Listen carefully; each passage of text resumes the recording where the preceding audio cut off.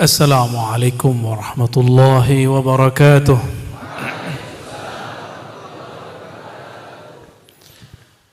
Alhamdulillahi alhamidillah. Mazhab dari yang 4. Kalau di sini mazhab kita apa? Syafi'i. Asy-Syafi'i, ya. Tahu kapan lahir Imam Syafi'i? Ada yang tahu? Imam Syafi'i lahir 150 Hijriah. Catat. 150. Sekarang tahun berapa? 14? 44 43? 43.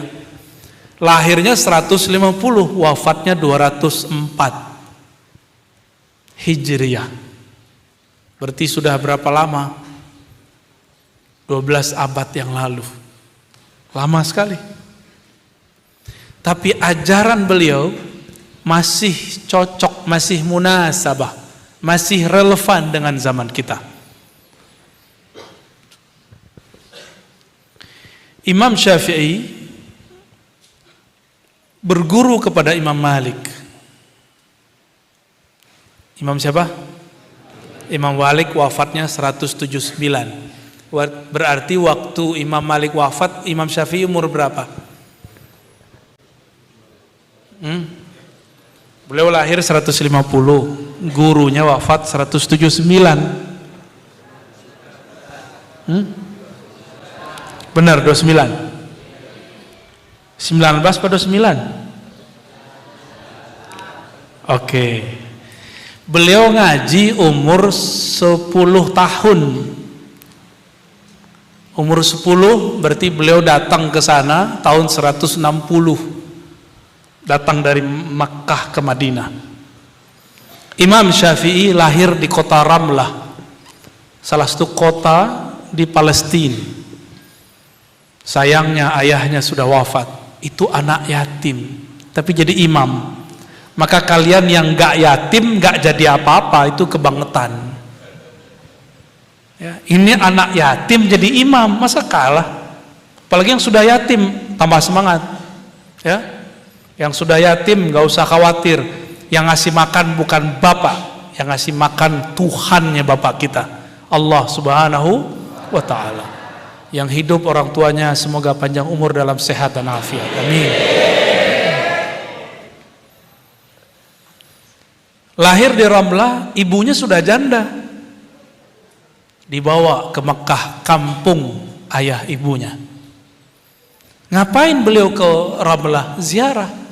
Jadi ternyata orang tua Imam Nawawi kuburiyun. Antum tahu kuburiyun enggak? Pencinta kubur. Karena belum keluar pesantren jadi belum mengerti istilah-istilah begini, ya. Di luar nanti kalau kalian sudah keluar ada kelompok yang menyebut kita suka ziarah kubur dengan kuburiyun. Halo kuburiyun. Ini kayaknya depan saya bau kubur semua nih. La hadrati la hadrati la hadrati la hadrati. Itu bagi mereka kelompok yang nyamar jadi Ahlus Sunnah, mengatakan cuma mereka jadi Ahlus Sunnah, kita ini disebut ahli bid'ah. Ini Pak Kiai ini salah satu tokoh yang paling dibenci di kalangan mereka karena mursyid tarekat sufi. Mursyid ini kalian jangan macam-macam, dan mereka benci sekali dengan tarekat sufi. Dan sekarang mulai ada gerakan menyamakan sufi dengan Syiah. Anak-anak muda baru hijrah itu berani nyerang kiai. Bahkan santri aja beda faham, sekarang udah berani nyerang kiai. Nggak belajar adab dengan baik. Ya.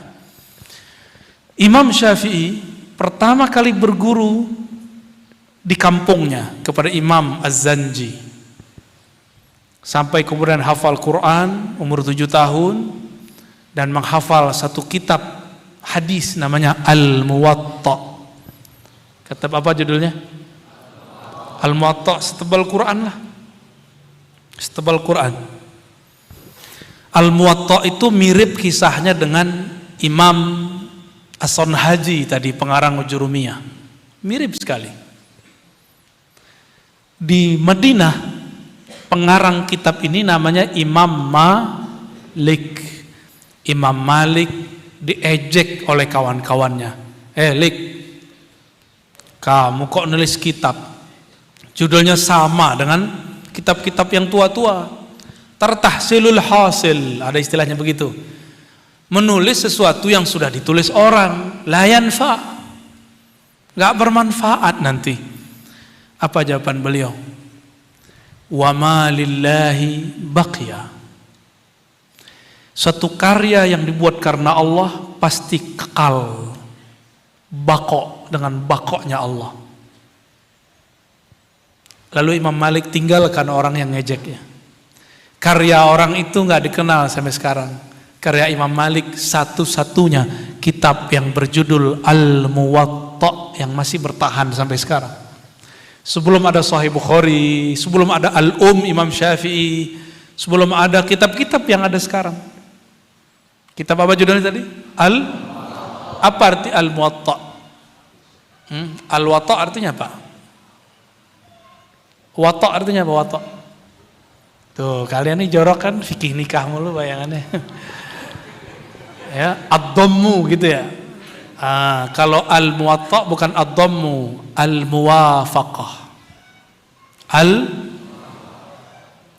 Beliau habis itu datang ke wali-wali Allah. Beliau mengatakan di Madinah 70 rajulan idza aqsama 'ala Allah la abarrahu Allah. Di Madinah ada 70 wali. Ini menunjukkan takfir banyak. Jika wali ini bersumpah atas nama Allah berdoa, maka yang mereka doakan mustajab. Beliau datang ke mereka, sowan, minta ridho, minta dibimbing. Salah satu gurunya bernama Maulana al-Imam Ja'far Shadiq. Siapa nama gurunya? Ja'far Shadiq. Siapa Ja'far Shadiq? Cicitnya Rasulullah SAW. Cucu-cucunya udah jauh ke bawah. Ja'far Shadiq bin Muhammad Al-Baqir bin siapa? Ali Zainal Abidin bin Husain bin Ali. Ali suaminya Sayyidah Fatimah. Berarti bin ke atasnya ke Rasulullah SAW, ya, dari jalur Fatimah. Nabi pernah berkalam, kullu sanadin inqata'a illa sanadi. Semua sanad akan terputus kecuali sanadku. Wa kullu nasabin inqata'a illa nasabi. Semua nasab silsilah akan habis kecuali nasabku. Maka coba lihat sekarang orang yang punya terah kepada Rasulullah, pasti nasabnya dikekalkan Allah. Sekarang yang bisa dicek cuma zuriat Nabi. Ini habaib sayyid itu bisa disebut fulan min fulan fulan sampai ke Nabi Adam bisa. Ya barangkali Pak Kiai dari jalur yang mana ketemu itu. Ya. Karena biasanya pendiri-pendiri pesantren yang lama itu ada kawin campur dan di atas ada Azmat Khan. Kalau beberapa tempat di Lasem itu ada Basyaiban. Itu mereka zuriat Rasulullah semua. Cuma orang-orang kita dulu tidak mementingkan itu. Yang penting dakwah berkembang. Nasab belakangan. Maka bedalah dengan keturunan Hadramaut generasi terakhir. Datang mereka tinggal di kauman yang di sekitar alun-alun. Nasabnya lebih terjaga. Kenapa? Karena umat yang dulu dididik oleh keturunan Azmat Khan sudah mengerti adab kepada zuriat Nabi Sallallahu Alaihi Wasallam. Hampir semua kiai-kiai pesantren Jawa yang sepuh ada nasab kepada Sadah Ba'lawiyah, ya, pasti ada. Atau Sadah Sayyidina Azmat Khan Ahmad, ya. Itu Imam Syafi'i menghafalkan kitab apa tadi? Umur 10 tahun sudah hafal. Saya punya guru sebelum beliau mendirikan sekolah tinggi Imam Syafi'i di Cianjur, beliau pernah ngajar kami 3 tahun berturut-turut. Beliau umur 10 tahun hafal kitab Al-Muwatta. Jadi beliau terobsesi sekali pengen seperti Imam Asy-Syafi'i. Betul sampai sekarang beliau menjadi pembela mazhab Syafi'i. Dari beliaulah saya mengambil mazhab Syafi'i, usul fiqih Syafi'i, dan akidah Asy'ariyah Maturidiyah.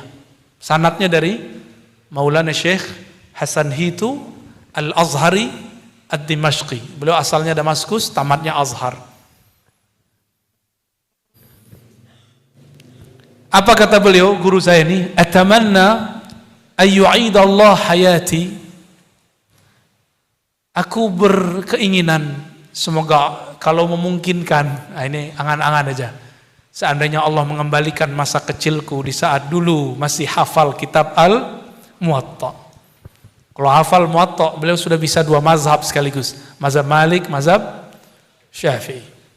Itu dahsyatnya.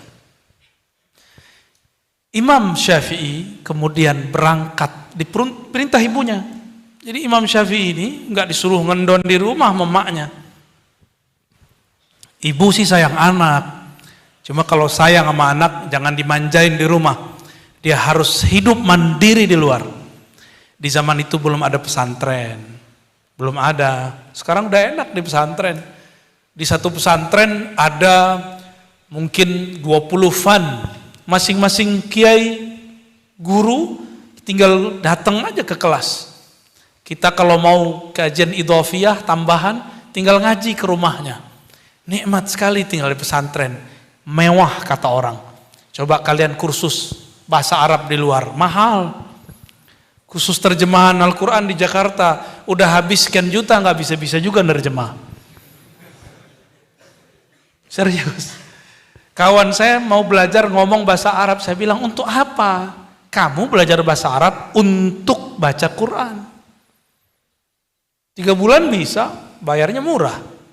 Tapi di luar bayarnya mahal, selesai pun tak bisa. Untuk apa? Maka nih kalian nih hidup mewah di sini. Mewah secara nilai. Ilmu nahu ada ustadznya? Sorob ada? Sarap? Ya. Apalagi balaghah. Itu mahal itu ilmu. Ya. Mahal itu ilmu. Saya kaget kawan kita bisa buat syair dengan qafiyah arud yang sahih.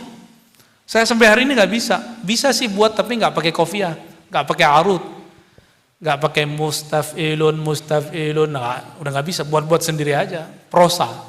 Jadi syairnya syair nasr.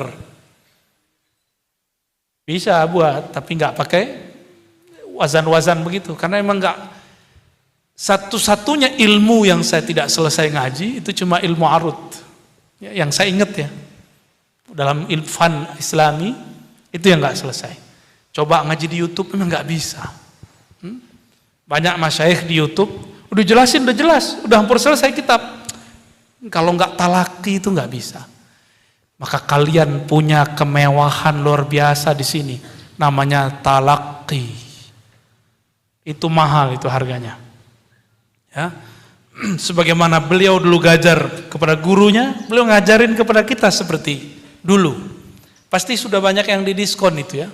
Dulu nggak bisa suruh push up, ya kan? Nggak bisa digampar. Kadang-kadang itu zaman-zaman guru dulu galak-galak. Itu pulpen, bukan pulpen.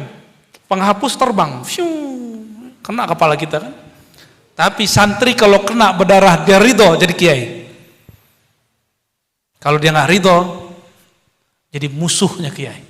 Kita sudah banyak ketemu orang begitu. Siapa saja yang rela dihukum gurunya, rata-rata jadi kiai besar. Karena hukuman guru adalah tazkiyah, itu tadi yang disebut beliau.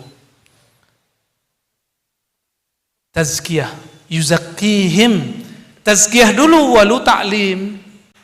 Kenapa tazkiyah dulu? Tazkiyah itu membersihkan karakter sombongnya dihancurin dulu. Kalau nanti nggak dihancurin, nambah ilmu, nambah sombong. Nambah ilmu, nambah sombong. Sum'ah, suka pamer buku lah, pamer pengikut lah. Hati-hati, ntar kalian ini kan punya geng-geng nih, ya kan? Yang ikut gua sekian. Ntar kalau udah gede sama.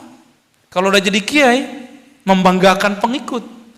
Kita minta banyak pengikut bukan untuk berbangga, tapi untuk membuat Nabi Muhammad SAW berbangga. Karena beliau mengatakan, inni mukatsirum bikumul umama. Aku berbangga dengan jumlah banyak kalian terhadap umat-umat terdahulu. Ini bukan dalil poligami aja ya. Itu kan biasanya dipakai untuk dalil poligami. Sahih. Ada yang lebih sahih. Punya banyak murid. Ini dalilnya. Makanya saya lama nih memperhatikan beliau, kok kemana-mana. Lebih semangat dari saya loh kalau beliau ini safar. Saya kalau safar, Rabu berangkat, pulang Jumat. Beliau bisa 6 hari, 7 hari, 4 hari minimal. Sekedar untuk meneteskan kalimatullah ke kalbu murid-murid. Biar murid-murid banyak belajar zikrullah. Ini termasuk hadis Nabi. Inni mukatsirun bikumul umama.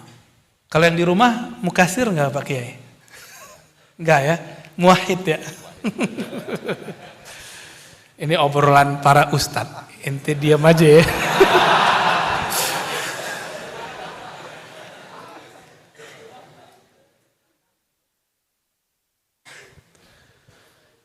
Jadi kalau rasa ujub nih, kagum, wah ini hati-hati.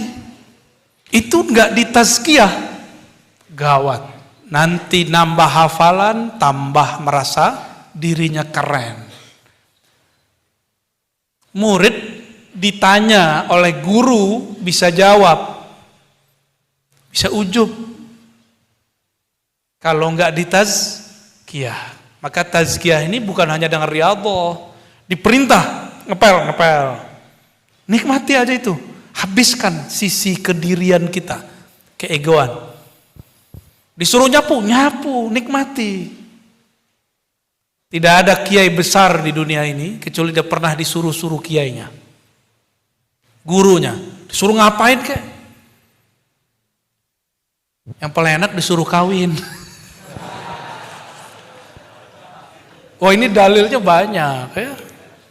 Maulana Imam Bahauddin Shah Naqsyaband itu dipaksa nikah sama gurunya, sama putrinya sendiri.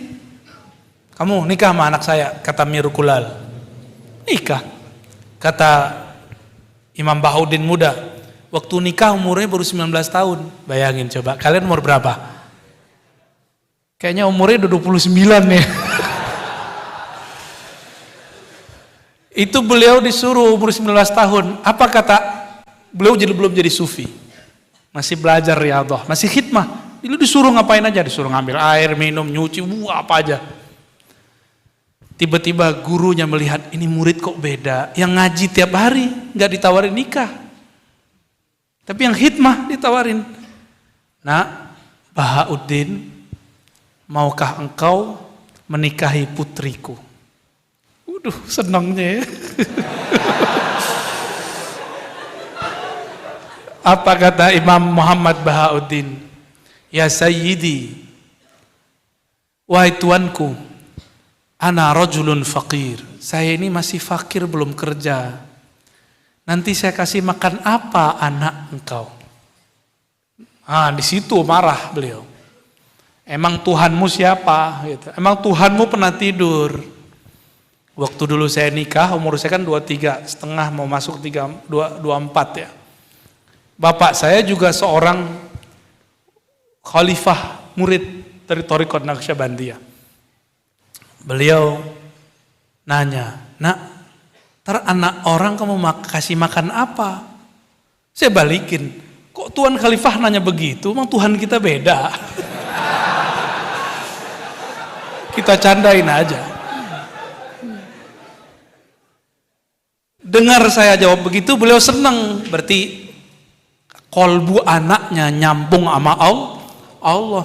Karena kalau bergantung kepada Allah, kerjaan 1000 pabrik ditutup, 1000 kantor bubar, dia tetap bergantung kepada Allah. Gak usah khawatir, ya. Gak bisa di sini ya di situ, ya. Di mana-mana bumi Allah luas kok. Maka jangan jadi mental orang kantoran, walaupun ngantor boleh. Kalau nggak ngantor nganggur, jangan. Nggak boleh nganggur hidup ini. Kerjalah di kantor tapi mental jangan kantoran. Jadilah pegawai tapi jangan mental pegawai. Mentalnya harus orang-orang yang aktif. Imam Malik ditawarkan menjadi seorang profesor. Bahkan bapaknya ilmu mahkamah pengadilan. Bahkan kitabnya mau dipakai untuk jadi panduan dalam mahkamah di dinasti Abbasiyah. Beliau tolak, hidup, mazhabnya jalan sampai sekarang. Maka mazhab Syafi'i itu separohnya mazhab Malik. Mazhab kita Syafi'i ini separohnya mazhab Malik. Maka kalau kita nih ketemu mazhab Maliki, dalam adab kesufian itu makruh kita jadi imam, mereka jadi imam. Ini pesan dauh Maulana al-Imam Abdul Wahab Asy-Sya'rani dalam kitab beliau, banyak sekali ya, ada Al-Minan, ada Al-Mizan Al-Kubra. Dianjurkan santri-santri yang sudah matang ilmu fikihnya, lalu kuat pemahaman tasawufnya, dianjurkan baca kitab Al-Mizan Al-Kubra lil Imam Asy-Sya'rani, berkebuka. Imam Syafi'i berangkatlah ke Mekah. Sampai di Mekah umur 10 tahun. Ada yang 10 tahun nggak di sini? Nggak ada. Ini yang paling kecil berapa nih? 12. Kamu berapa?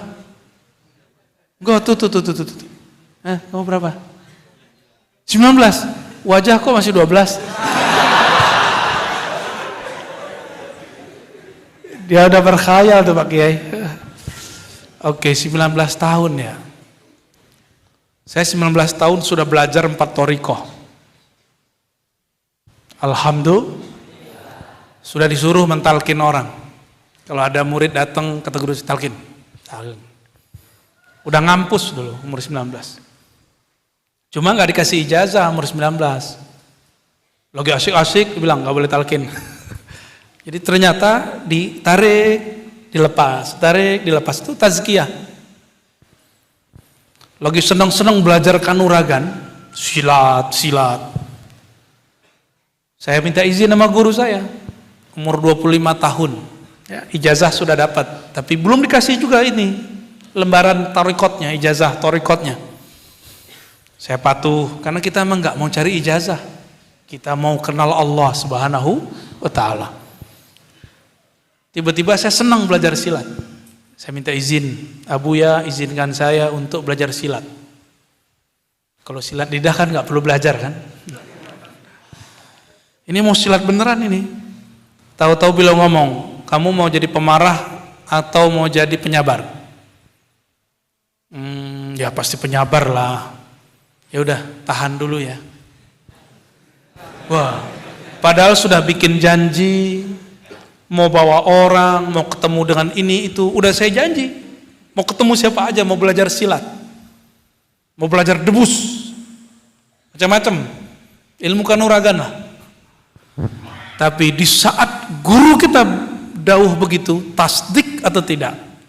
Jadi murid yang sodik atau murid yang kazib? Murid yang sodik depan belakang adabnya sama. Gurunya di depan, gurunya di belakang, gurunya dekat, gurunya jauh sama. Gurunya hidup, gurunya mati, adabnya sama. Itu murid sodik. Jadi ada berapa jenis murid? Murid sodik, murid kazib. Ini Imam Sya'rani juga yang bagi nih. Murid sodik, murid yang lahir batin dia betul-betul beradab kepada gurunya. Ghaib dan hadir sama. Beda dengan murid yang kazib. Malah kalau perlu adu-adu kiai antar kiai. Ya. Kalau perlu omongin kiai di belakang orang. Kiai ini dapat hadiah mobil nih misalnya. Kiai saya tidak zuhud. Omongin begitu hilang ilmu antum, ya. Coba aja. Kiai kita lagi keluar kota nih, ada orang meninggal samping. Kiai ini nggak punya perasaan. Masa tetangganya meninggal, dia nggak takziah. Ada kalian ngomong begitu, nuzi'at ankal barakah. Dihapus, dicabut keberkahan dari kalian karena su'ul adab. Enggak berbaik sangka kepada guru. Guru itu bukan malaikat, bukan nabi, tapi adab harus dijaga. Imam Abu Hanifah, siapa? Itu kawannya Imam Malik. Cuma beliau kalau debat sama muridnya Abu Yusuf. Abu Hanifah punya murid Abu Yusuf, dulu pernah datang ke Imam Malik debat. Gurunya Abu Yusuf, yaitu Abu Hanifah,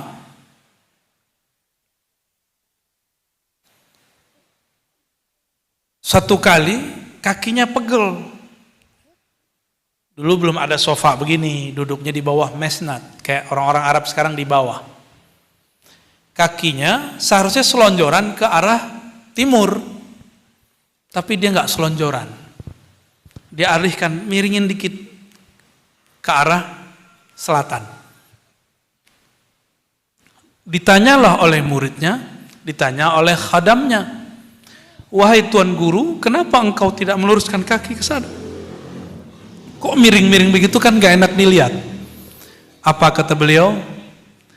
Di arah timur ada rumah guruku, Hammad ibn Abi Zaid. Siapa nama gurunya? Hammad ibn Abi Zaid. Maka aku tidak berani menselonjorkan kakiku kepadanya. Itu rumah udah jarak 40 rumah, tapi dia gak berani selonjorin kakinya ke. Makanya nih santri makruh kalau ngaji kaki selonjoran ke Ka'bah, ke kiblat gak boleh. Untuk ukuran santri makruh. Orang awam biarin. Ukuran santri makruh. Pengen berkah, kata Sidi Ahmad Tijani, Sayyidul Majalis Al-Qiblah. Sayyidul Majalis Al-Qiblah. Sayyidnya arah kita duduk, adab kita duduk itu kiblat, maka nggak boleh sul adab dengan kiblat. Wa kiblatul ilmi al-alim. Sedangkan kiblatnya ilmu, orang alim, itu kalam saya, bukan kalam Sidi Ahmad Tijani ya. Kiblatul ilmi al-alim al-muallim, itu guru. Makanya mazhab Abu Hanifah hatta al-yawm mutabbaqun fi Eropa, fi Turki, fi Aljazair, fi Maghrib, fi ayyi makan. Cuma di Indonesia aja mazhab Abu Hanifah nggak dipakai. Ntar sesekali saya pakailah. Kan dapat sanadnya kita ya. Pemegang 4 sanad mazhab itu Maulana Al-Imam Zakaria Al-Ansari yang punya hasyiah fikih. Ya. Jadi orang kalau punya sanad ke beliau sebenarnya punya 4 sanad mazhab. Itulah sebabnya karena pendiri Nahdliyin itu mengerti dengan sanad ini, dalam asasnya NU harus ikut 4 mazhab. Karena satu alim ini minimal 4 mazhabnya dulu. Ternyata tadi ngobrol-ngobrol dengan Pak Kiai, beliau pernah bertemu di Mekah beberapa bulan sebelum wafatnya Syekh Muhammad Yasin Al-Fadani, pemegang 4 sanad. Dan beliau berfatwa dengan 2 mazhab, 4 sanad mazhab, dan berfatwa dengan 2 mazhab, Syafi'i dan Hanafi. Nulis 2 mazhab, Syafi'i dan Hanafi. Jadi boleh kalau sanggup. Kalau nggak sanggup ya jangan. Ya, 1 aja belum beres. Matan takrib khatam kan? Khatam nggak? Matan takrib khatam nggak? Khatam beneran. Fathul Mu'in? Lagi progres. Ya Anutut Talibin? Ya salam. Hasyiahnya para imam ya. Itu adab. Maka kalian nih walaupun gak mesti sesaklek itu, tapi coba rasa-rasakan sendiri. Inilah dasarnya kenapa di pesantren-pesantren ulama ahlu sunnah kelas pertama belajar ta'limul muta'alim. Masih itu dipakai, jadikan adab. Insya Allah diberkahi sampai mati ya. Sampai mati loh, gak tanggung-tanggung. Gak usah jauh-jauh, orang yang mengamalkan, meyakini isi Aqidatul Awam didoakan pengarangnya husnul khotimah. Aqidatul, cuma mungkin antum ini dapat Aqidatul Awam cuma ngapal-ngapal nyanyi-nyanyi doang, ya. Depannya apa? Kita mau tahu nih halus sunnahnya bener gak nih? Gimana depannya? Terus saya mensyarah satu bait itu hampir 4 jam. Satu bait itu. Bait baris tengah pertama 2 jam, bait kedua 2 jam. Tapi bisa diringkas. Bisa diringkas jadi 2 jam, bisa diringkas jadi 1 jam. Ternyata itu pembukaan dahsyat sekali. Dahsyat sekali itu pembukaannya. Belum lagi baris keduanya. Bait berikut-berikutnya. Beliau Sayyid Ahmad Al-Marzuki, seorang wali Allah Subhanahu wa ta'ala. Jadi mereka kalau nulis, itu isyaratnya isyarat dari Nabi. Usut punya usut, beliau sebelum nulis kitab, mimpi bertemu Rasulullah SAW, disuruh nulis kitab. Selesai nulis kitab, setoran lagi kepada Rasulullah SAW. Beliau mazhabnya juga Maliki. Murid-muridnya banyak bermazhab Syafi'i. Salah satunya Said Ahmad Zaini Dahlan. Gurunya para ulama-ulama Nusantara di sana dulu. Syekh Ahmad Khatib Minangkabau ngambil ke beliau, Syekh Nawawi ngambil ke beliau. Dari nama Syekh Nawawi lah diambil nama ayahanda beliau ini. Ya, Bahyai Nawawi, ya. Yang juga seorang mursyid, seorang faqih. Taib. Imam Syafi'i masih kecil, umur 10 tahun, ya wajahnya masih culun lah. Tahu culun? Tahu ya? Kayak wajah-wajah kalian inilah. Imam Syafi'i, anak kecil kan belum bisa fokus kalau duduk. Pasti gerak-gerak, main-main mulut, gitu-gitu ya. Imam itu, ini saya lagi mempraktekkan itu di Jakarta ya. Walaupun majelis kita nggak besar, saya pakai ruko. Untuk ngaji kitab tuh pakai ruko. Pesertanya kebanyakan mahasiswa santri. Jadi kita saring siapa yang masuk. Kalau baca kitab ada mukriknya. Ada mukrik. Ada asisten yang baca kitab.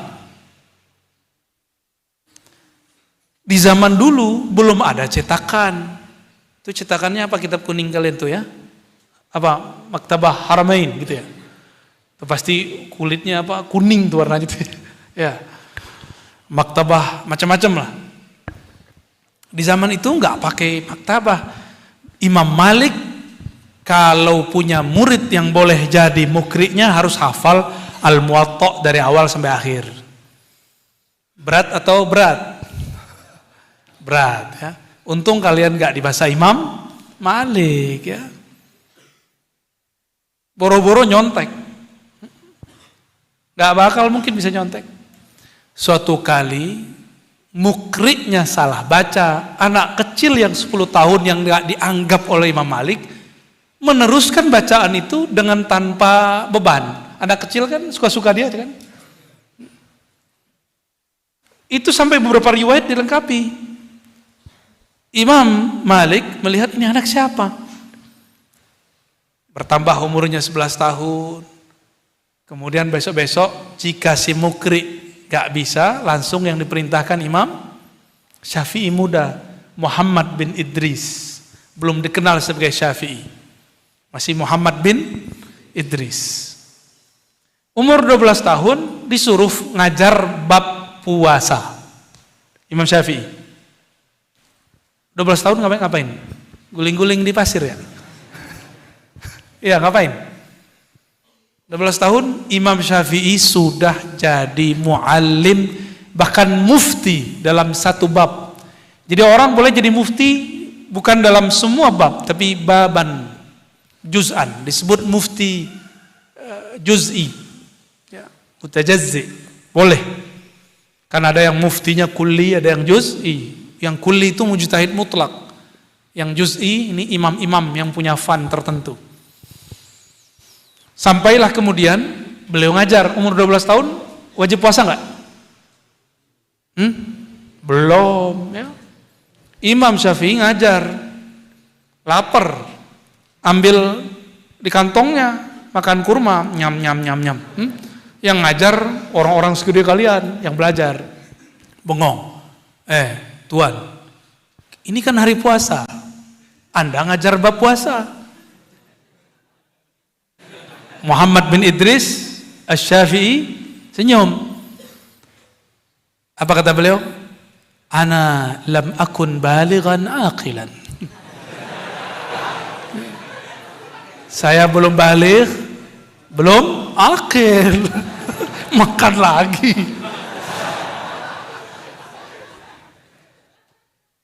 Kalau saya tambahin dalilnya. Innal malaikata yusalluna ala as-saim idza uqila amamah. Ya. Jadi idza uqila amama as-saim sallat alaihi al-malaikah. Seingat saya itu ada di Kutubus Sittah Sunan Ibn Majah. Kalau ada orang makan depannya puasa, itu malaikat doain, sabar cong. Sabar bro, sabar tole gitu. Sabar nggak nih? Sabar belum zuat. Ya. Kenapa santri itu belum dianjurkan nikah? Supaya pikirannya nggak bercabang. Ya, jadi jangan kepikiran al-wat'u wad-dhammu dulu, sabar ente. Baik. Imam Syafi'i setelah 8 tahun ya udah diangkat jadi guru dan beliau sudah menguasai semua mazhab Imam Malik. Bahkan keilmuannya sudah hampir sama dengan Imam Malik. Maka sekitar umur 17, 18, 19 beliau minta izin kepada gurunya untuk menambah ilmu ke Baghdad. Dari Madinah ke Baghdad, lama sekali tuh. Setengah bulan sampai sebulan. Gak pakai Grab, gak pakai bus, gak pakai pesawat. Pakai apa? Pakai onta. Kalian kesini pakai apa? Santri terjauh siapa di sini? Johor ada, Malaysia. Berenang ya. Turun di Riau renang. Ya. Medan ada. Apa jalan kaki ke Medan? Enak sekarang.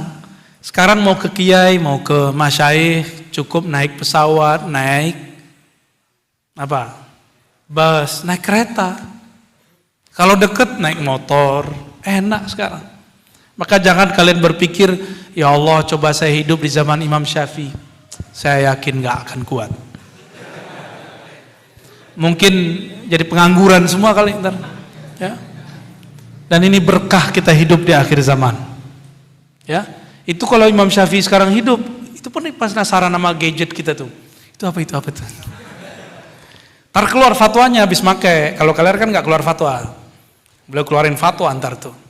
Ini boleh jika begini, tidak boleh jika begini. Kacau kantor tuh. Beliau kemudian ngaji ke Baghdad, ketemu Abu Yusuf yang dulu mendebat gurunya sendiri, Imam Malik. Ketemu Muhammad bin Hasan Syaibani, murid Imam Malik dalam hadis tapi mazhabnya Abu Hanifah. Tapi Imam Syafi'i diam-diam waktu di Madinah sudah belajar ilmu debat. Sampai ketemu Abu Yusuf, berdebat dengan Abu Yusuf, dibuatlah kitab judulnya Apa judul kitabnya? Itu hasil berdebat dengan kelompok yang kemudian disebut Ahlur Ra'yi. Ahlur Ra'yi ini pengikut Imam Abu Hanifah. Jadi berguru bahkan kalaupun beda faham. Berguru walaupun beda faham. Dan para sang adab, nggak ada nggak pakai adab.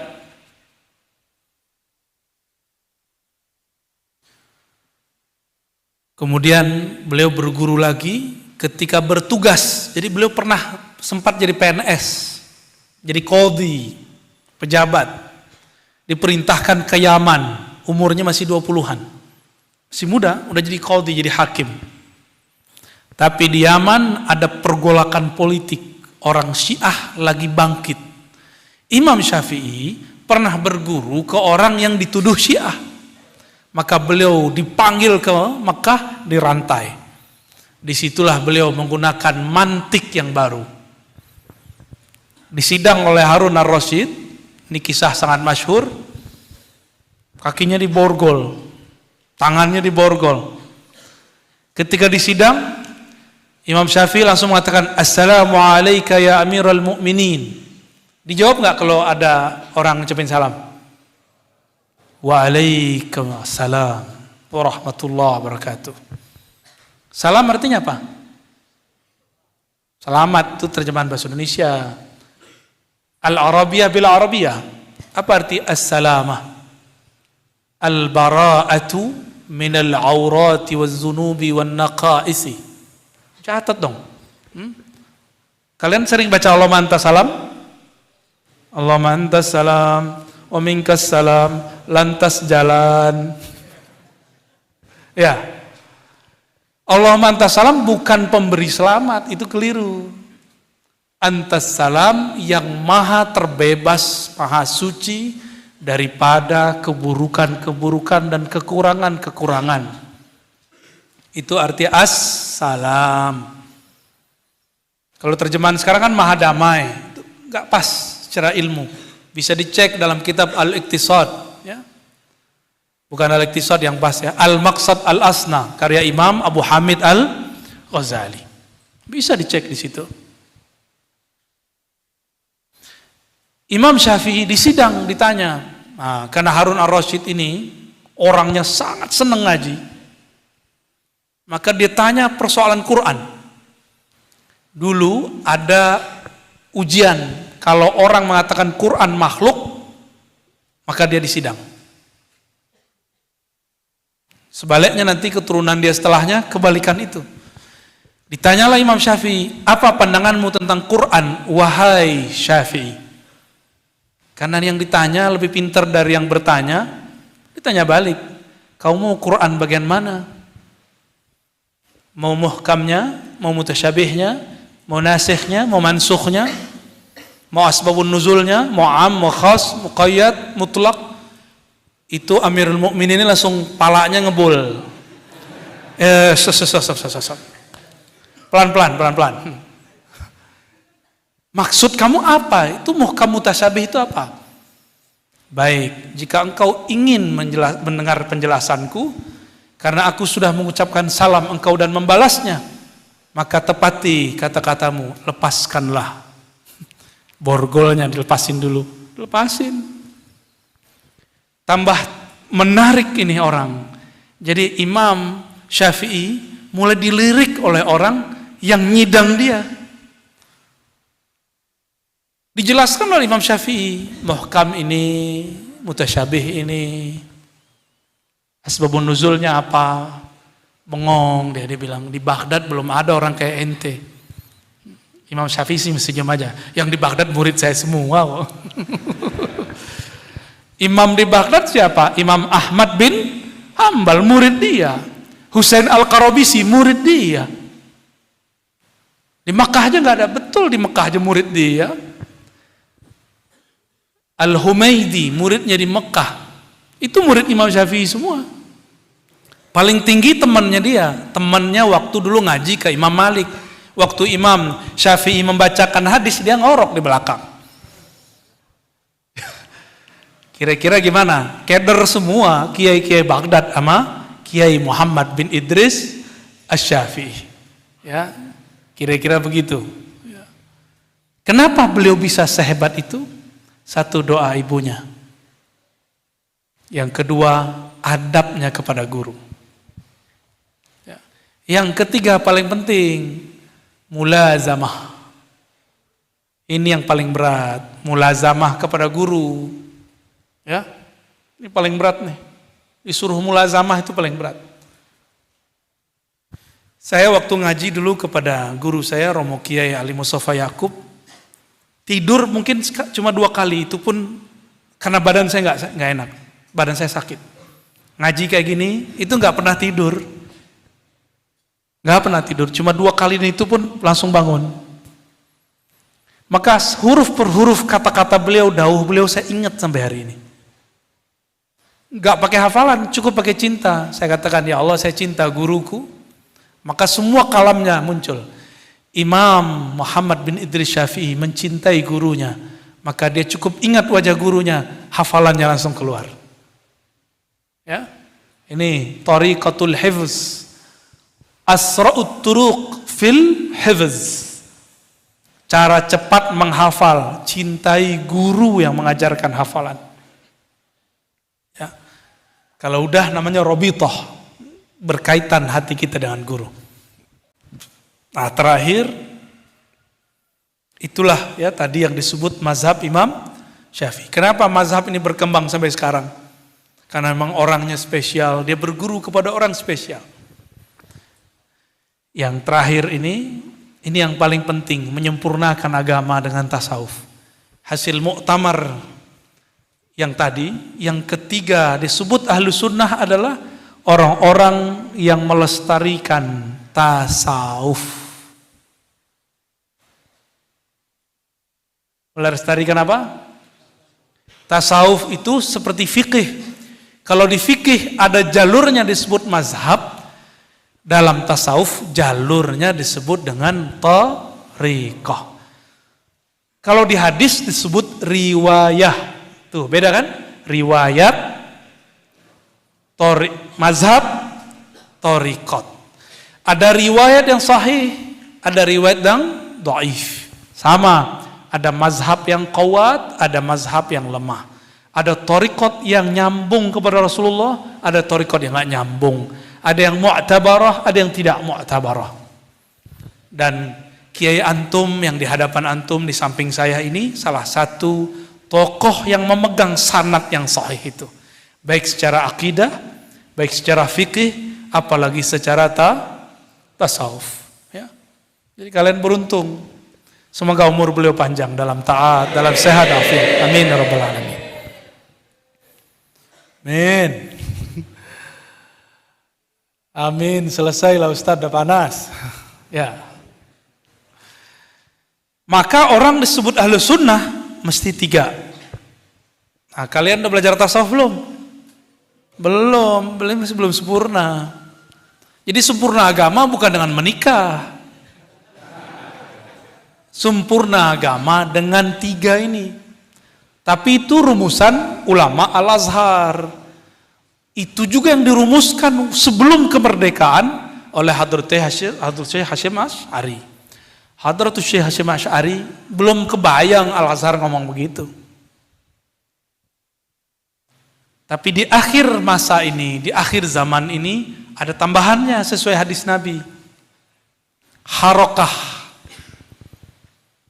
Tambahin yang keempat apa? Harokah.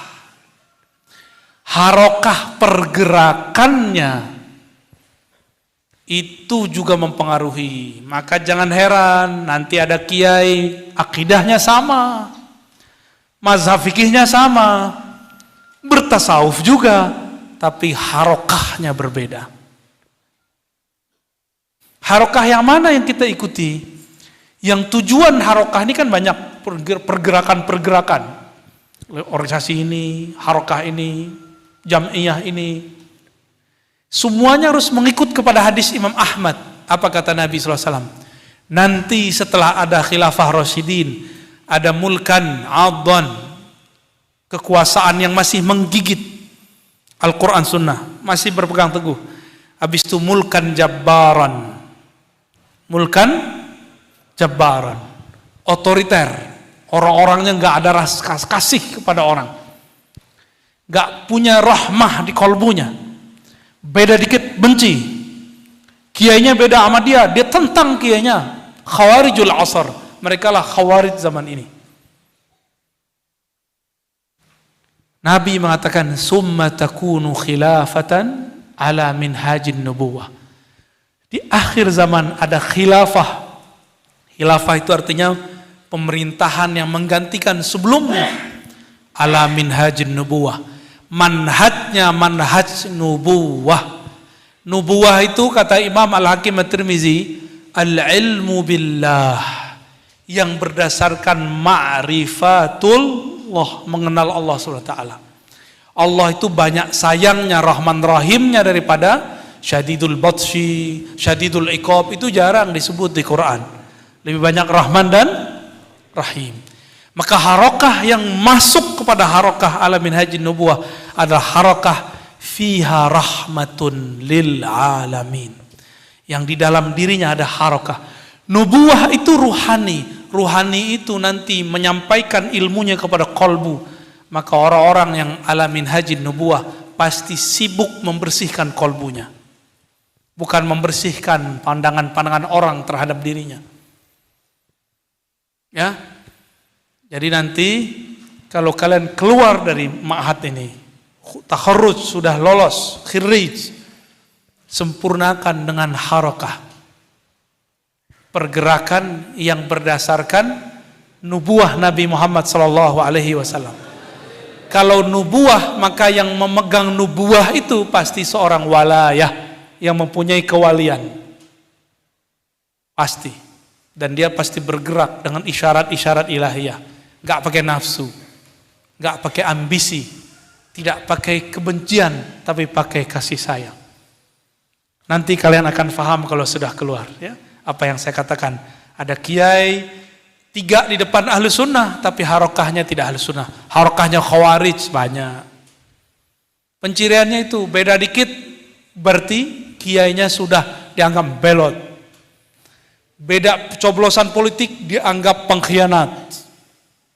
Kalau sudah sampai ke sana, berarti sudah alamin haji nubuahnya sudah hilang. Ya, berarti ada 4 ya karakter ahlus sunnah. 3 sudah dirumuskan ulama kita terdahulu, 4 kita tambahkan berdasarkan hadis ini. Karena faktanya sudah sangat berat. Barangkali itu Pak Kiai, Adinda, para santri sekalian, para asatis yang dapat saya sampaikan. Ada diskusi? Oke, tafadhol. Ya.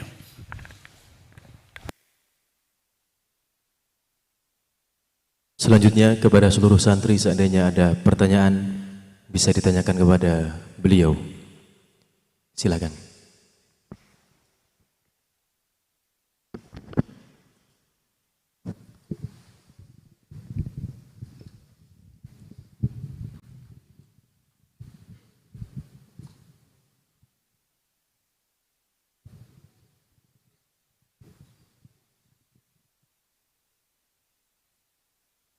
Assalamualaikum warahmatullahi wabarakatuh. Ngapunten, mau ada satu pertanyaan. Ini saya mendengar dari beberapa teman, katanya dokter pernah berada pada golongan-golongan Wahabi. Dan pertanyaannya adalah alasan ataupun sudut pandang dokter kenapa bisa berubah haluan dari Wahabi tersebut menuju Ahlussunnah, itu bagaimana? Itu pertanyaan utamanya. Tapi ada sedikit pertanyaan tambahan, karena ada pepatah yang mengatakan kalau ingin mengenal musuhmu maka kenalilah medan perangmu. Lalu saya menjadi penasaran bila mana nanti saya perlu memerlukan perang adu mulut mungkin dengan golongan-golongan yang menyalahi Ahlussunnah wal Jamaah. Saya perlu tahu medan perang saya, yang mana begini. Bagaimana sudut pandang Wahabi tentang Ahlussunnah hingga mereka banyak menyalahkan Ahlussunnah? Demikian pertanyaan saya, dokter. Terima kasih. Atas nama siapa? Atas nama Fikri Muh Ansor. Fikri Muh Ansor. Kelas? Kelas 2 Ulia A, anak Pak Habibullah. 2 Ulia A, putranya Pak Habibullah. Oke. Terima kasih Buya. Untuk pertanyaannya, dari Kalimantan Tengah, Pangkalan Bun, Kecamatan Pangkalan Lada. terima kasih untuk Kamu kesini pakai renang ya? Iya, benar. Ya, langsung dijawab. Alhamdulillah saya dulu pernah ikut, Allah takdirkan ikut kajian-kajian Salafi Wahabi. Karena mencari, dan lucunya itu setelah khalwat Pak Kiai. Saya khalwat umur 13 tahun, setelah itu baru kemudian mengenal. Kenapa kemudian saya ikut? Satu hal yang menarik dari kelompok Salafi Wahabi itu adalah ilmu hadis. Itu yang menarik. Ini yang banyak orang-orang santri-santri kemudian mengira, oh ini yang benar Ahlussunnah yang begini nih. Hadis riwayat fulan. Kalau nyebutin hadis tuh pakai hadis riwayat fulan. Rawahul Bukhari fi sahihi. Disahihkan oleh Albani. Nah, di belakangnya ada begitunya tuh. Itu bikin kita semangat. Akhirnya adalah 2 tahun lebih sampai 3 tahun. Kok malah saya musuhan sama teman saya sendiri. Musuhin guru saya sendiri. Bahkan su'ul adab kepada orang tua. Bapak saya dulu senang dengerin musik Ebit GAD. Kayaknya pakai apal tuh lagunya tuh ya. Saya dengar suara pakai enak soalnya ya. Itu di rumah saya lemparin pakai ke belakang, ke parit. Ciung, tuh nanti ada lagu Dewi Yul. Ciung, ya. Kamu kan tahu kan Dewi Yul kan? Udah nggak tahu. Itu zaman-zaman kita dulu tuh ya, Betaria Sonata. Saya ambil lempar semua. Bahkan tip saya rusak. Ini akibat belum tazkiyah sudah dapat ilmu. Jadi ganasnya ini belum dilembutkan, belum dijinakkan. Dia harus dijinakkan dulu. Keberingasan dalam diri, baru diajarin ilmu. Kalau udah jinak ini, udah muncul al-uns billah, baru diajarin ilmu. Maka tambah ilmunya, dia tambah lembut. Dalam kelembutan itu ada kekuatan yang azim. Kekuatan yang luar biasa. Kalian tahu orang-orang militer? Polisi militer sama. Itu kalau mereka keras di kantor, di rumahnya lembek semua itu. Letoy di rumah itu udah ya. Sama istrinya yang tidak sekuat dia. Emang begitu. Kuat badannya, kuat gertakannya, emosinya. Di rumah takluk. Rata itu 90%. Kan yang ngomong kawan saya sendiri yang anggota ya kan. Kok bisa begitu? Ya begitulah adanya. Suami-suami, miswa-miswa, al-khaifin. Yang punya sifat khauf. Orang la khaufun alaihim walahum yahzanun. Makanya canda kiai-kiai, kalau mau jadi wali, nggak boleh takut sama istri. Kan la khaufun alaihim walahum yahzanun. Hormat, tapi nggak khauf ya. Lalu saya nggak berhenti berguru. Di saat saya lagi ikut kajian-kajian Ustadz Salafi, jadi saya dulu berguru ke Ustadz Salafi tamatan Al-Azhar Mesir. Ini kan lucu. Al-Azhar itu kan kayak Nahdiyin. Persis sama nggak jauh beda. Bermazhab, berakidah Asy'ariyah Maturidiyah, bertasawuf. Maka kalau ada lulusan Al-Azhar anti tasawuf, anti Asy'ariyah, anti kepada ilmu-ilmu yang kita pakai sekarang, itu dicurigai dia nggak ngaji di Al-Azhar itu. Ngajinya di pojok-pojok itu nggak jelas. Ya, di yayasan-yayasan sekitar Al-Azhar dulu. Dan itu terjadi. Saya dulu ngaji ke mereka. Maka ketika ketemu masyaikh-masyaikh dari Al-Azhar, saya kemudian lapor ke beberapa mereka. Afan Sidi, kok khirij Azhar, murid-murid antum pulang bukan bawa akidah Azhar. Akhirnya orang kampung saya melarang anak-anaknya berangkat ke Al-Azhar. Salah satunya saya. Saya kan gak jadi berangkat. Beasiswanya ada. Istikharah 3 bulan baru ketemu Jakarta. Ternyata di Jakarta ada ahli hadis. Di Jakarta ada ulama setiap minggu datang. Minggu ini ulama ini datang, minggu besok. Dan itu saya ambil kesempatannya. Lebih sering ketemu ulama saya daripada kawan-kawan di sana. Alhamdulillah. Kawan saya pulang-pulang bisa bahasa Jawa. Orang Padang bisa bahasa Jawa, bisa bahasa Bugis. Saya tanya, kamu kursus di mana? Di Kairo. Cakep tuh ya. Inna fi dzalika laayatin lil alimin. Dia ngamalin ayat itu kayaknya. Surat Rum. Sesungguhnya dalam perbedaan bahasa dan warna ada tanda-tanda bagi orang yang alim. Dia alim banyak bahasa. Bahasa Jawa, bahasa Melayu, bahasa Indonesia, bahasa Arab pasti kan? Lumayan. 4 bahasa pulang-pulang. Maka kemudian di Mesir, di Al-Azhar ada peraturan ketahuan ngaji di luar Al-Azhar, DO. Ya, beberapa mahasiswa sudah ada yang bahkan dikeluarkan kalau terindikasi ikut aliran terlarang. Ada beberapa sahabat kita dilarang ke suatu tempat di Samanut. Datang di ke sana, ditangkap sama surtohnya, polisnya, askarnya. Ada yang stres, ada yang nggak lanjut kuliah, ada yang lanjut. Kasihan. Ya, kasihan. Tapi saya ingat Gus Dur Pak Kiai.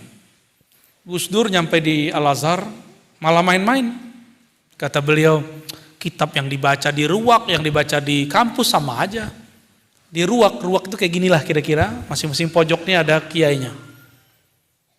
Yang dipelajari kitab apa? Ujurumiyah, Sanusiyah, Fathul Mu'in, itu yang dipelajari di sono. Hasyiahnya Zakaria Al-Ansari, hasyiahnya Ibnu Hajar Al-Asqalani, Al-Haytami. Itu mereka belajar kitab-kitab itu, dan kitab itu sudah selesai semua. Gus Dur waktu di Jawa. Jadi kitab yang kalian pelajari di sini nggak kalah keren dengan yang dibaca di Timur Tengah. Maka menurut saya pesantren cukup buat Mahat Ali. Santri-santri masuk Mahat Ali aja, nggak usah keluar. Ilmunya orisinal, sanadnya jelas. Cuma kan santri orangnya nggak puas ya. Alasannya ikut Imam Syafi'i pindah kota. Ya jalan-jalan. Ya nggak apa-apa juga sih.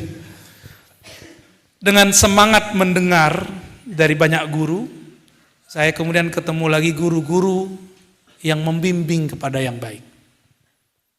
Jadi saya nggak punya satu ustadznya lebih dari 5. Malam ini dengan kiai ini, saya dulu kan nggak nyantri kayak kalian. Dulu ngalong, tahu ngalong kan? Pulang-pulang jam 2, pulang-pulang jam 1, kadang-kadang pulangnya esok pagi. Tidur dulu di surau. Di situ saya belajar thorikot, belajar kitab Al-Hikam. Ya. Dulu masih ada, di kampung saya dulu masih ada. Belajar ilmu-ilmu ma'rifat. Dulu kita di surau-surau. Sekarang kiainya sudah meninggal, buya-buyanya sudah meninggal. Jadi saya dikasih gelar buya itu dari sana. Jadi itu bukan buat-buat sendiri. Dapat ijazahnya begitu. Seharusnya buya orangnya udah kayak beliau kan. Ya rambutnya sudah berwarna gitu ya. Berjenggotnya sudah separuhnya putih, separuhnya hitam. Seharusnya kan begitu. Tapi kalau di tempat saya enggak. Orang dapat ijazah dia boleh dipanggil buya, syekh, mursyid. Ternyata manhajnya sama dengan Pak Kiai. Kalau murid sudah mandiri dan dibutuhkan, maka diberikan ijazah. Begitu. Beda dengan di Jawa Barat ya. Di Jawa Barat agak ketat sedikit. Taib. Jadi berguru yang banyak, jangan punya satu guru. Al-isnad minad din, berguru bersanad bagian dari agama. Semakin banyak guru, semakin banyak yang menghubungkan kita kepada Rasulullah SAW. Ya, jadi guru saya banyak dulu. Dari banyak guru inilah kemudian berkecamuk di sini, lalu saya sujud kepada Allah. Ya Allah, aku sudah stres. Ustadz ini beda dengan ustadz ini. Ustadz fulan beda dengan ustadz fulan. Saling jelek menjelekkan. Bahkan dibuat ijtima antara beberapa ustadz. Si ustadz yang A ngomong, kalau dia ada saya nggak datang. Itu bikin saya stres melihat kok orang Islam begitu ya. Mursyid anti dengan mursyid yang lain. Kiai buya menyerang buya yang lain. Saya doa, ya Allah pertemukan aku dengan orang yang mempertemukan aku dengan hadis-hadis Nabi. Udah itu aja. Tiba-tiba dalam 3 bulan, yang tadinya mau berangkat, udah mau berangkat itu ke Mesir. Dananya sudah ada semua. Bukan berarti Mesir jelek, enggak. Tapi mungkin itu baik untuk teman saya, enggak baik untuk saya. Karena masih labil. Anak-anak NU kalau ke Kairo kan tambah bagus aswajanya. Jadi kuburiyun alfa marrah ya. Kubur aja tuh, kubur Ibnu Athaillah, kubur Imam Syafi'i, kubur Sayyidina Al-Husain. Jadi kalau ada orang NU ke Kairo, panen dia tiap hari ya. Panen kuburan. Saya ini nggak senang ziarah kubur dulu, baru senang ziarah kubur setelah bertorikoh yang serius. Baru ngerti, dulu itu kita gaya. Kubur nih 100 meter, kita nggak ziarah, cuma bilang, kita ziarah dari sini saja. Gaya bener Pak Kiai. Kayak kasyaf aja kan. Kita ziarah dari sini, merem sebentar, Al-Fatihah. Gaya. Kayak beneran aja ya. Gitu ya, berguru yang banyak dek. Jangan satu guru, jangan satu kiai. Ya. Tapi kalau mursyid cukup satu. Selesai tarbiyah dengan beliau, kalau sudah diijazahkan mau nambah lagi boleh tambah yang lain. Tapi selesai dulu satu. Jangan belum nanggung di sini udah pindah lagi. Sama kayak orang mau kelas 6 baru kelas 5 pindah lagi. Sama kiai di sana kamu kelas 5 lagi. Mau selesai terus pindah lagi. Akhirnya cerita kemana-mana, saya banyak torikot tapi nggak ada satupun yang selesai. Saya banyak kiai tapi nggak ada satupun yang mateng. Nah itu nggak baik. Khuz min kulli syaikhin, ambil dari semua guru, lakinnal mursyid wahidun. Tapi mursyid cukup satu. Biar kalau zikir fokusnya satu. Ya. Yang kedua tadi apa? Udah ke bawah airnya. Udah dapat. Ya, khalas. Terima kasih atas jawabannya Buya. Sudah puas Mas Fikri? Silakan satu pertanyaan lagi tadi di belakang ada. Bisa maju ke depan dulu.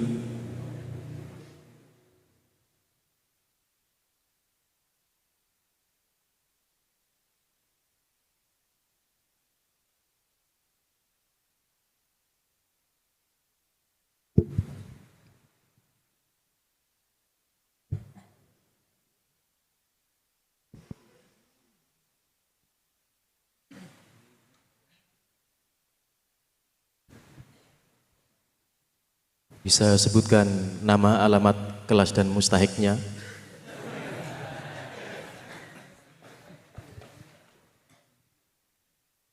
Ya, terima kasih atas waktunya. Perkenalkan nama saya Muhammad Khalil Wahid dari Purwodadi Grobogan, kelas 2 Madrasah Diniyah Uliaa, mustahik Bapak Muhammad Habibullah. Di sini saya akan bertanya soal tadi dikatakan oleh Buya bahwasanya untuk menghatamkan kitab takrib pun itu masih sulit, belum khatam. Itu ada mau dikatakan bahwasanya ada metode mudah untuk memahami kitab dan menghatamkannya cepat. Lah, bagaimana metode hal tersebut untuk bisa diterapkan kita sebagai santri dan untuk mengkaji kitab-kitab Imam Syafi'i seperti itu. Baik, bagus ya. Metode untuk membaca kitab, mengkaji kitab, kalau ulama-ulama di Mekah, Madinah dulu sampai ke Mesir masih dijaga, itu ada metode yang kita pakai waktu bulan puasa. Apa namanya? Baca aja gitu ya. Itu untuk ngambil berkah. Itu namanya tabarruk. Lalu yang kedua ada namanya tafaqquh. Jika ingin menjadi orang yang dapat keberkahan, cukup khatam-khataman. Baca dari awal sampai akhir, baca aja nggak ada penjelasan. Itu cukup dengan majelis Ramadan, Rajaban ya. Di sini masih jalan Pak Kiai? Alhamdulillah. Tapi biasanya santri-santri tidur. Nih saya lihat mukanya muka tidur kalau pas lagi. Ya, kelihatan muka antum tuh ya, wajah-wajah. Kepalanya keberatan kitab. Ada metode tafaqquh. Tafakuh ini metode taklim yang standar, yaitu transfer pemahaman guru memahami baca kitab kepada murid. Bagaimana caranya supaya khatam jangan terpecahkan konsentrasinya oleh hasyiyah? Maka kurikulumnya harus dibuat sebelum masuk. Walaupun kita nih dulu diajar nggak perlu pakai kurikulum, tapi si guru harus membuat target di dirinya sendiri. 2-3 pertemuan khatam. Jangan kemudian pakai euforia. Saya bisa menjelaskan satu baris 20 hari. Ya, ente hebat, tapi santri nggak butuh begituan. Ya, pusing kan antum satu baris 20 hari. Sotoy namanya, ya. Sok tahu. Nggak masanya begitu. Kalau mubtadi, pemula, cukup mengerti teks dan maknanya. Syukur-syukur hafal. Itu yang mubtadi. Mengerti teks dan maknanya, udah selesai. Maka mesti khatam. Ya. Dan untuk pemula, kalau fikih belajarnya mesti pakai contoh. Jadi ustadz ketika masuk ke bab thaharah harus langsung ada air di depan. Cara wudhu ala kitab ini gitu. Biar musalsal cara wudhunya. Sholat jangan cuma duduk-duduk doang. Akhirnya banyak santri sholatnya nggak bener. Takbirnya berulang-ulang. Orang udah malu walat dolin, ulang lagi takbirnya.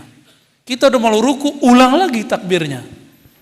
Berarti nggak bener cara ngajinya. Ya.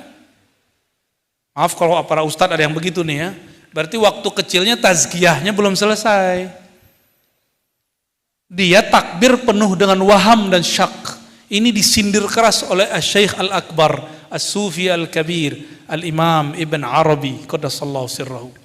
Apa kata beliau? Ahlul rusum, ahli fikih, ahli teks, ahli matan, bukan ahli mantan ya, ahli matan. Itu kalau takbir berulang-ulang karena syak di hatinya. Enggak, jangan. Masalah terima diterima urusan Allah, kita takbir aja. Emang dengan ulang takbir jadi khusyuk kan? Enggak juga. Ya. Yang paling repot kalau dia imam. Imam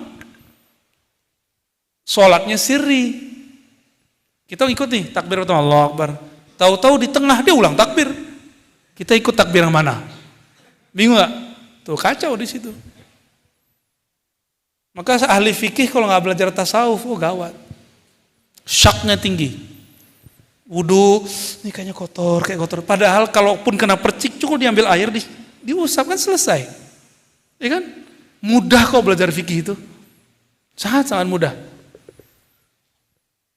Cuma kan kita nggak membacanya utuh, membacanya versi hasyiyah. Jadi mohon maaf nih kalau udah jadi mahasiswa ada istilahnya. Ini generasi hasyiyah. Bukan generasi matan. Imam Syafi'i itu generasi matan. Masa itu seharusnya sudah lewat. Kita sekarang generasinya sudah 5G. Ya. 5G itu dapat kitab, gak perlu nyebrang ke Baghdad lagi.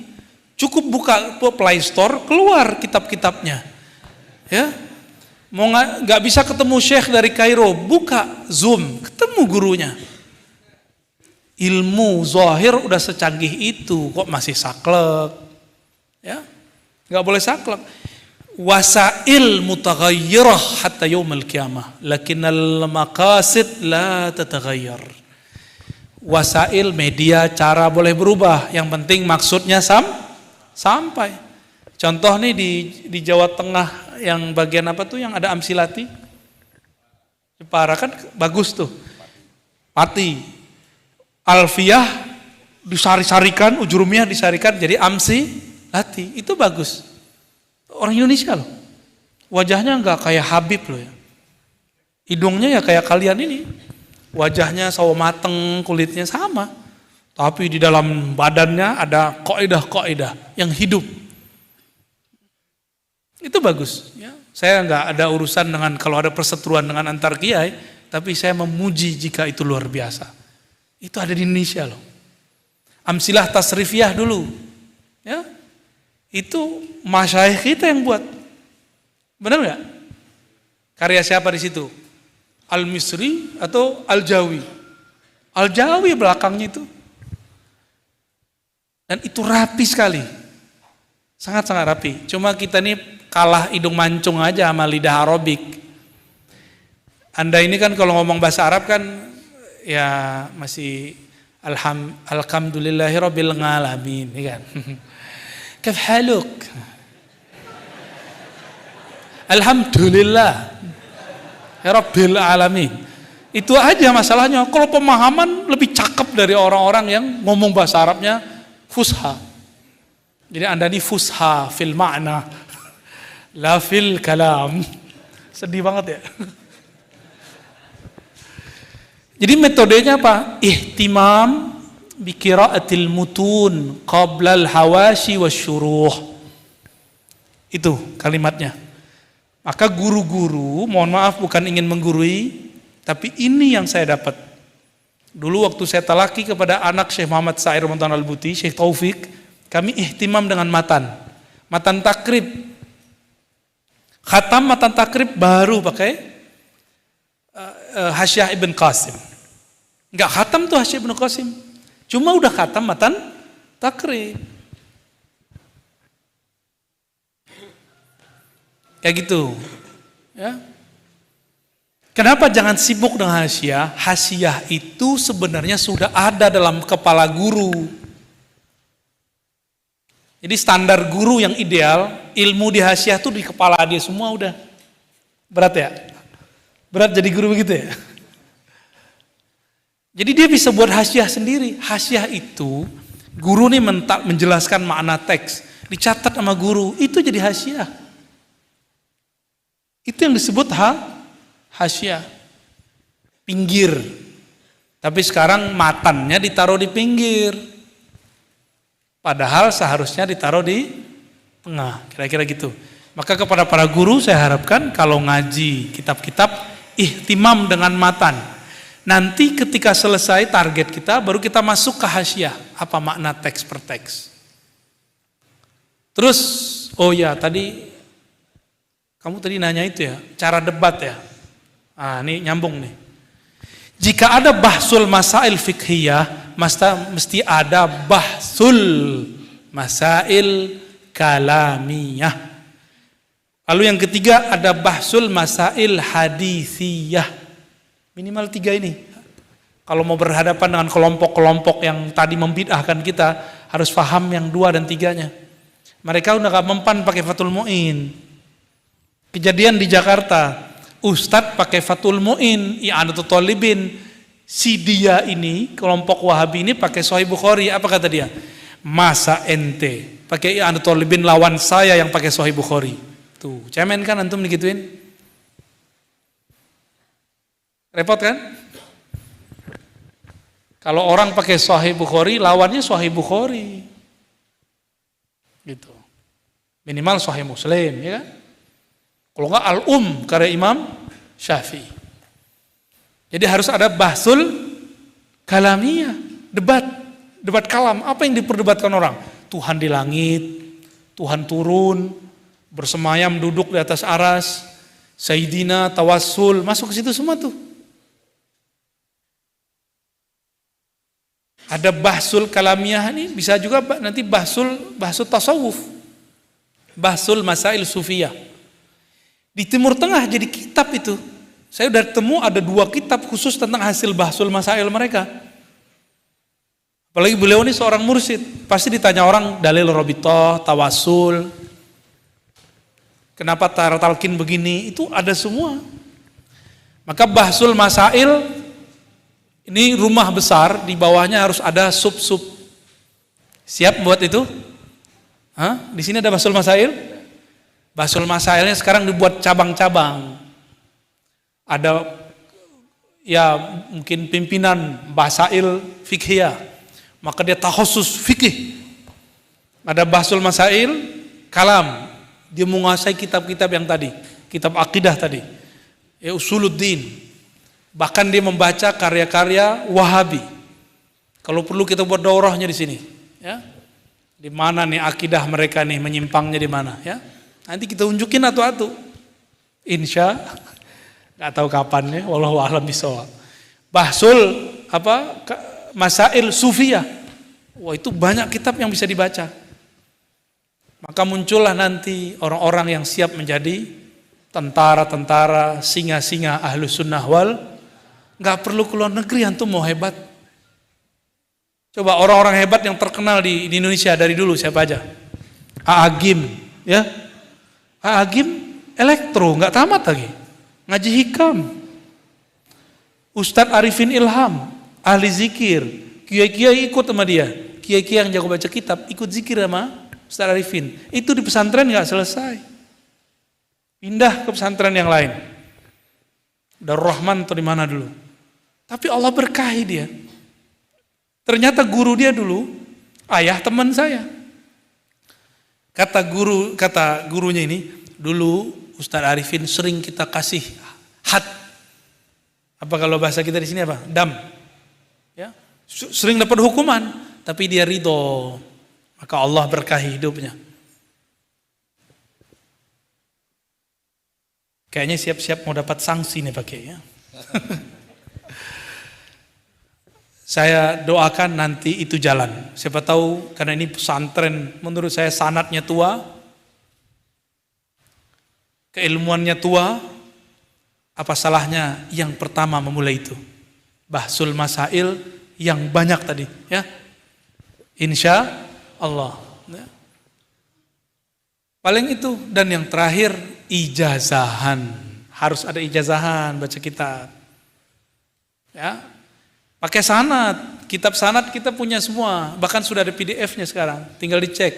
Minta sanad ke beliau, beliau dapat sanad ammah, ijazah ammah dan khasah dari Syekh Yasin Al-Fadani. Jadi sanadnya udah nyambung, dan dari kiai-kiai yang lain nih, Kiai Lirboyo, masya Allah, itu sanad-sanad tua semua. Syekh Yasin Al-Fadani ngambil sanad dari Hadratus Syekh Hasyim Asy'ari. Ngambil sanad dari Syekh Ihsan Jampes. Tuh, Syekh itu ulama di Mekah. Ngambil sanad ke Jawa. Terus kalian sekarang guru punya sanad dianggurin. Ya. Allahumma shalli ala Muhammad. Khalas? Udah bagai? Udah jam 12 ya. Kurang. Baik, adinda para santri yang diberkahi Allah. Julusuka huna barakah. Hatta sukutuka huna fihi barakatun minallah. Waqad basatal malaikah ajnihatahum alaikum ridha bima tatlubun. Ya. Malaikat ridha kepada kalian, maka sayapnya dilebarkan. Ya. Maka sesekali kalau masuk majelis baca salam. Assalamualaikum ya Nabi. Ini ijazah. Terima ya. Kalau masuk majelis, masuk masjid, masuk kamar, masuk kelas, masuk ke satu negeri, sapalah Rasulullah lebih awal. Assalamualaikum ya Sayyidi ya Rasulullah. Ya. Secara rohani saya dapat ijazah langsung. Secara rohani Rasulullah mengganti kata Sayyidi dengan abati. Assalatu wassalamu alaika ya abati ya Rasulullah. Salam atas engkau wahai ayahanda ruhaniku Sayyidi Rasulullah. Itu ada ya. Itu boleh dipakai ntar. Jadi mau masuk majelis, kita undang nur Nabi Muhammad masuk ke pesantren kita, ke ruangan, ke kamar. Pasti diberkahi ya. Itu yang pertama ya. Yang kedua, sapalah malaikat. Jadi kalau masuk masjid, masuk majelis, dalam hati kita katakan Assalamualaikum ya malaikatullah, ya junudallah. Salam atas kalian wahai tentara-tentara Allah, wahai para malaikat. Ya. Kalau di pengajian nama malaikatnya malaikat katibin. Boleh baca Assalamualaikum ya Sayyidi katibin. Boleh. Nama malaikat itu jamak tapi dia satu. Katibin.